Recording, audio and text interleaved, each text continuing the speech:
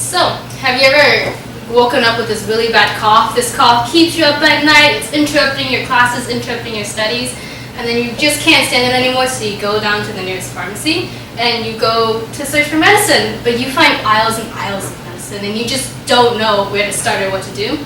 The key to unlocking this mystery realm of medicine is drug fact labels. This will be the key to understanding and buying the correct medicine. So hopefully from this speech you will gain insight in how to read drug fact labels and how to effectively use them in your shopping to make your shopping more efficient.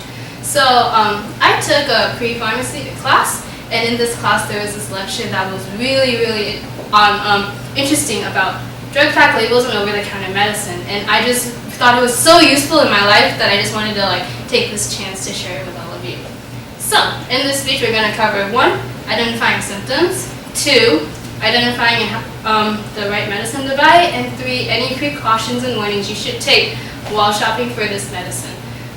So first, knowing your symptoms. Symptoms can be coughing, it can be a sore throat, sneezing, itchy nose, runny nose, itchy eyes, all sorts of these symptoms. And all these symptoms occur at different times. You have allergic reactions such as itchy skin, stuffy nose, sneezing nose, or you have colds and flus such as fever, inflammation, nasal congestion, headaches. And so you need to identify these symptoms in order to find the best medicine to suit you. So that's when you walk into the pharmacy. And then when you pick up this medicine, the first thing you should do is find the drug fact label. So in 1999, the FDA passed this drug fact regulation, and this regulation ensures that all drug companies that produce over-the-counter medication must include the same key information to make this medicine safe for consumers to use, and that is the drug fact label. So on this drug fact label, you will find the active ingredients. The active ingredient is the ingredient in the medicine that helps medicine do what it's meant to do. So, but don't worry if you don't know these drug names such as chlorophenylamine malate, because who would know what that means? But next to it is the purpose. So that's what this medicine is meant to do for. So in this case, the chlorophenylamine is made to be an antihistamine, which you still are a bit iffy on the word antihistamine. Do not fear, because the next section, uses, is what really helps explain this medicine in layman's terms. So in this case, this one tells you that this medicine is made to relieve symptoms such as sneezing, runny nose, itchy and watery eyes. So we can conclude that this medicine is probably best used to relieve allergy symptoms. And before we go rush off and take this medicine, we should read the directions, which is all the way on the bottom of the drug fact label. These directions help tell you how to take it, when to take it, so if you need food, if you need water, and the amount you should take. So the dosage may vary based on age, gender. So that's how we take the medicine. But before we buy the medicine and take it home and eat it, there are some warnings and precautions we should take. So the warning sign, it's right underneath the uses on how to use it. It is usually split up into a couple sections. So the first of which is medical conditions. So this is any medical condition that should deter you from taking this medicine. So typically, this one says glaucoma or breathing problems. Some other common medical conditions are heart disease, high blood pressure, liver disease, thyroid disease.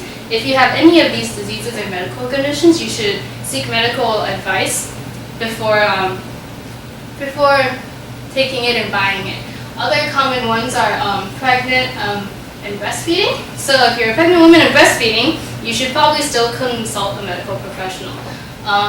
If there are any questions at all about after reading this drug fact label, Nationwide Children's Hospital encourages you to seek medical professional help. And this could be as simple as talking to the pharmacist in the pharmacy you're at, or just calling your primary care physician up and just asking them if this is okay to take. The last 2 sections are other information and inactive ingredients. Other information typically tells you how to store this medicine, so to ensure that it's still safe to use the next time you want to take it.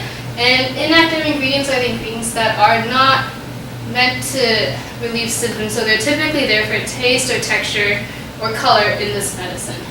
So, in conclusion, you have learned how to identify your symptom and identify the